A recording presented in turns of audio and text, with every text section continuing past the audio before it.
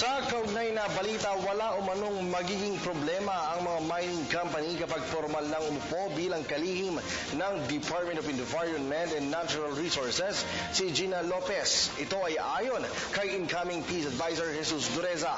Napabalita bumaba ng 4.09% ang mining stocks nitong Martes, isang araw matapos ialok ni President-elect Rodrigo Duterte ang posisyon kay Lopez.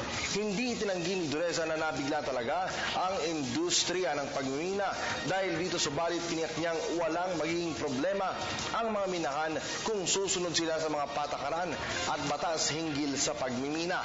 Matatanda ang inihayag ni Lopez ang kanyang pagkamuhi sa mining companies dahil kumikita ang mga ito habang pinapahirapan ang mga magsasaka at mangingisda.